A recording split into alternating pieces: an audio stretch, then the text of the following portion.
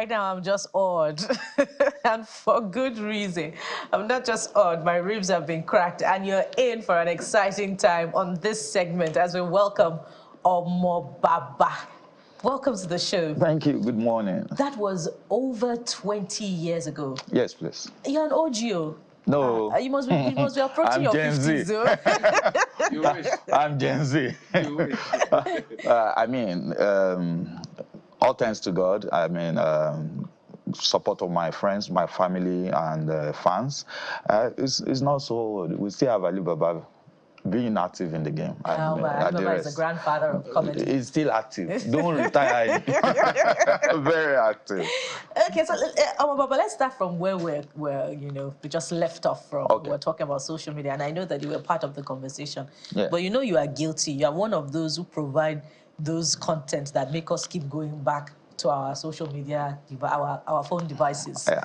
The problem, we didn't hit the problem, the nail on the head concerning the problem. It became very cumbersome when people realized they can make money off social media. So even the person that know how to get the money and those that don't know how to get the money, everybody is there. And now there's no control. Everybody feels anything goes. Nothing is being stopped. For China's TV, there are things you will never show on TV, but people are controlling their stations and they are showing everything to the world because money is attached to it. So a lot of people find the need to always be there. Doing what is not controlled. Now that's the case. There are some pages you go to, there are some handles you go to, and you get educated. But there are some you go to, education is far from what they are doing. Even in comedy, stand-up, for instance, stand-up is an elite art.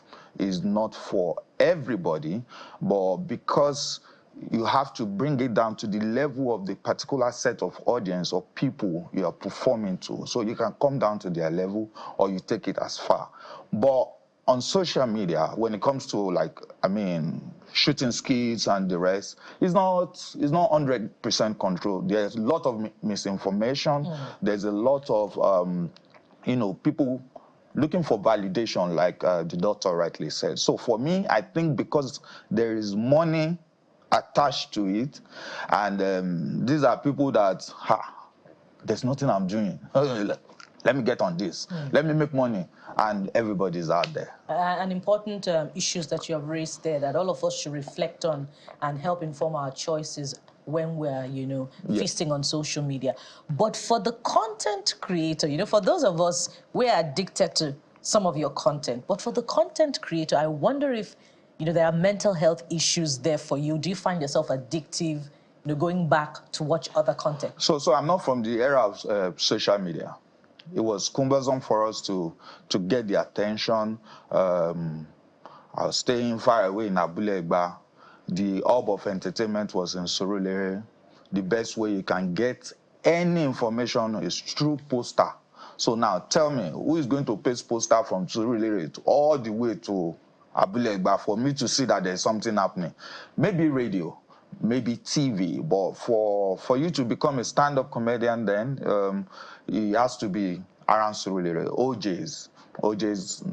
Then OJ's nightclub. At the National Stadium, there's OJ's in Yaba as well. But now it is an avenue for people to just get information in good time. So for then, you can't easily get the attention. You get scrutinized. You have to prove to the world that you are good at what you are doing. And there are some people that immediately they are in control. They know that you cannot cross to the next level. So it's not as if they are wanting you or they don't want you to grow, but they just know that you are not ready. But with the advent of social media, whether you are ready or not ready, your mistake can make you, and now you are under pressure to deliver. So what are you turning out there for your audience to see? It's not a personal decision. That's why education is very important. Exposure is very important. There are some, as a stand-up comedian, there are things I never say. There are lines I will never cross. Based on my upbringing and how I decide on my own to you know, for people to see me.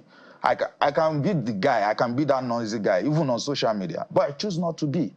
It is my personal decision. I can be anything I want to be on social media, but that is my personal decision. So the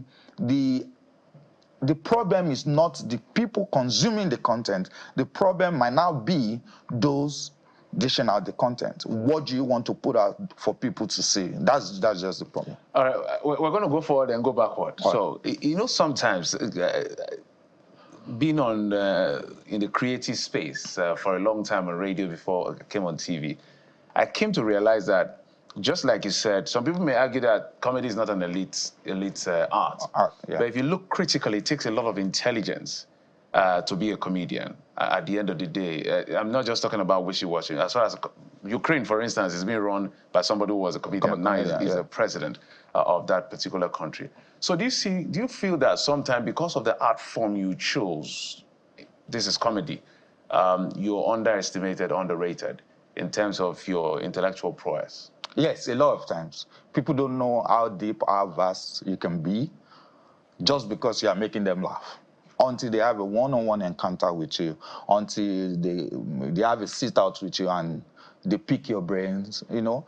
How do I explain to people that have been part of some projects, like writing pitch, of dishing out pitch for advertising agency for them to go and present for their clients? How do I explain to you that I do that as a stand-up?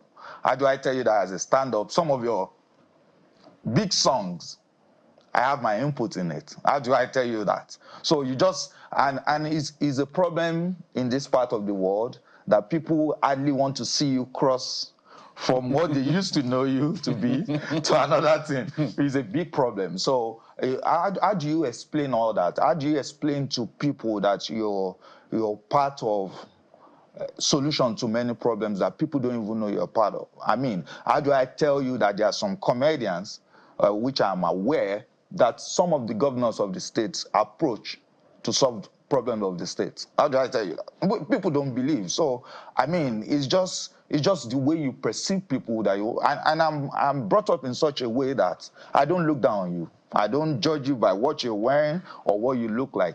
I don't even want to judge you, but I just want to know that we are on the same page, you know. I mean, if you are not up to par, I can tell you that, okay, why not let's try it like this? I don't want you to feel less of yourself. I mean, the way stand-up is concerned, you need a mentor, not to copy your mentor, but for the person to encourage you to be better.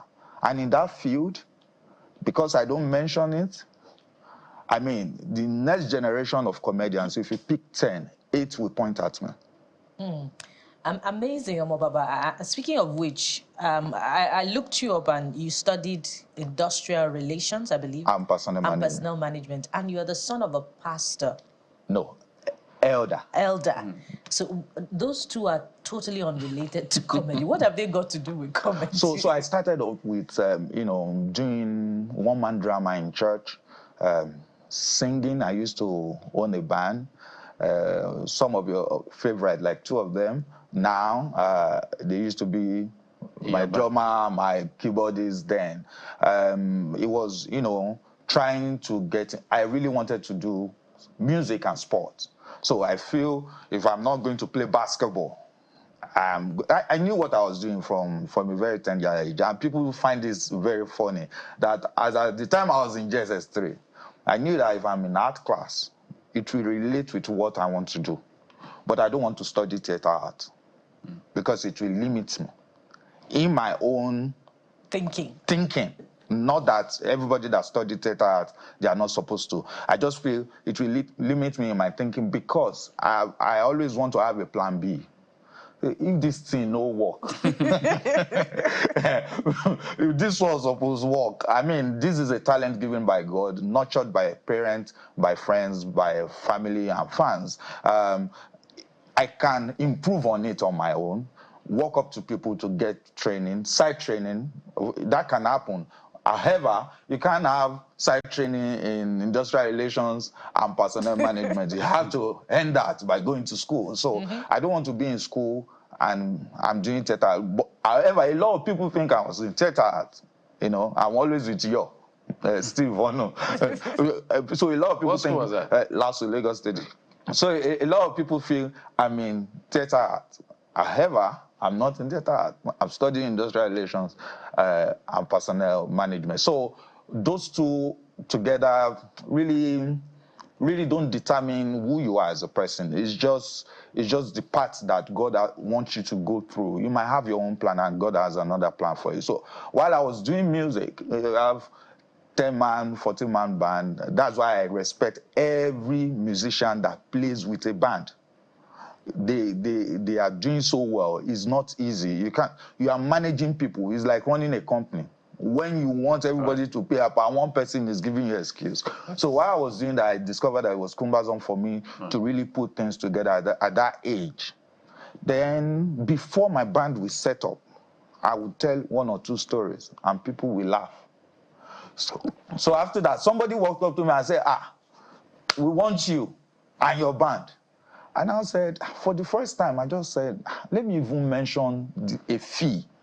Maybe this person will. The person said, no, don't worry about the band. Only you. Just come and tell us this story. So I went to the church. I did just that. And that was the beginning. That was the beginning of comedy. Okay. I said we'll go to the future and go to the past. But, so yeah. When they talk about, now we even have a Ministry of Culture, Creative Industry and all of that. Yeah. When the movie makers go there, they're asking for money for their projects, and maybe when the musicians go, I don't know what they ask for. Where there's money for music. So for comedians, how challenging is it for you to get like credit facility, and what are the kinds of infrastructure you need to be able to, because abroad we have promoters who organize all the shows and centers and venues and all of that. But for the Nigerian comedian, what exactly would you think you need as a comedian in terms of the support from government to be able to explore as much as you want? Okay, so I do tell people this always, that in the comedy industry, we started from here and we moved all the way here, not realizing that we need to balance it at the middle. And that's why you must have experienced it once in a while. People have bad days, but you will be somewhere and you will hear some of the comedians speak, and you go, why did he have to say that? He didn't know that. You know, you feel a certain way. It is because we came from here and we went all the way here. What is needed to be done for the stand-up industry is we have a space problem, problem. What do I mean by up problem? We need comedy clubs. Around this area, there should be one. Owned by comedians. Owned by people that knows how to run the business. Then how do you get that? You need a building, you need furnitures, and this costs a lot of money. So that's why you see comedians partnering with lounge, bars, and to make this happen. If you have enough comedy clubs, these are our requests. You go there, you request for things like this. It's a very wide industry, a very big industry. As a comedian, we are employers of labor. You have a show, you have bouncers. You have a show, you have caterers. You have a show, you have ushers. You have a show, you have cameramen, lights, sound, screen. And this costs so much money. And if you check it, it's being run by just the comedian, no support. Majorly no support. Maybe few sponsors, corporate sponsors here and there. But if the government is giving grants to film producers, they can easily come and say, I want to buy this camera, I want to pay this actor. But when they see a comedian, they just feel, oh, he's the only one standing. Yeah, the only one coming. Sometimes when my team charge my clients, they go, are you bringing all the speaker? Are you bringing, because that aspect we need attention on that aspect, which is government coming in to support us with grants. That is for people that need it. For me, I've been running comedy club for so many years, and I can tell you it's quite challenging to always shift from one venue to another. But what if we say in Ikeja, for instance, we have 5 comedy clubs. on the island, we have 10 or 15. I mean, it should not be self-owned. If you support like 20 comedians in the country, that's enough. 30 comedians is enough because they will bring out people. Without the support of government, we are seeing new guys coming up. No, they didn't just, it's not just that they have talent. There's no comedian in Nigeria that will say, I started alone without the support of another comedian. No. Let that person come out, and I will link you to one person. That the first day I saw you, or the first day we allowed you to come on stage to perform, it was this man that said, come on stage. You know, people find it hard to say, oh, I was helped, I was supported by this set of people. I can never write my story leaving out the likes of Alibaba, Gbenga Adeyinka, Basketball, TA, Teju, and the rest. You know, we might be contemporary in the game with some of them because of location. You can just, I might be in the same space with you, same IQ with you, but you have the opportunity to meet Alibaba before me. And you are the one that introduced me to the man, and the man said, come on stage, showcase your talent. In my era, you cannot say you're a comedian if you have not been to Lagbaja's motherland's space to perform. It was our hub. It was a go-to place for comedians. And that's a support to the industry. No, I hardly hear his name in the scheme of things. Yeah, you cannot mention the success of comedians in Nigeria and not mentioning people like Oprah Williams. Exactly. These are the people you might not get 100% or good royalty from what you've done in the past. But I mean, these are people that stick in their head without government support to run things like this. 90,000 laughs. Yeah, and kudos to those guys who were able to stand, and you are, you know, one of the big names in the comedy industry today. And you have, you know, a club to your credit on Not Your Tie. On Not Your Tie. So speaking of which, what's happening with On Not Your Tie? Are you coming with a show in anytime soon? And maybe you can just drop one or two jokes for us as well. Let's lighten things up a bit. So I quickly need to ask this. You said I should drop one or two jokes. If you have Anthony Joshua here, what will you tell him? One or two blows. Maybe I'll give you one or two blows. I'll bring the boxing bag for him. So I had this experience. I was traveling to London. So when I got to Heathrow, the immigration officer, it was being funny. It was early in the morning. So he looked at me and said, oh, what do you do for a living? I told him, I make people laugh for a living. I'm a comedian. And I said, oh, okay, it won't be bad. Let me hear some jokes. I said, I don't joke with my jokes. You know. So On Not Your Tie is a comedy club. The essence is I decided one day with my team, we sat down, and I said, okay, most times we get bookings weekend, let's say from Friday, Saturday, Sundays.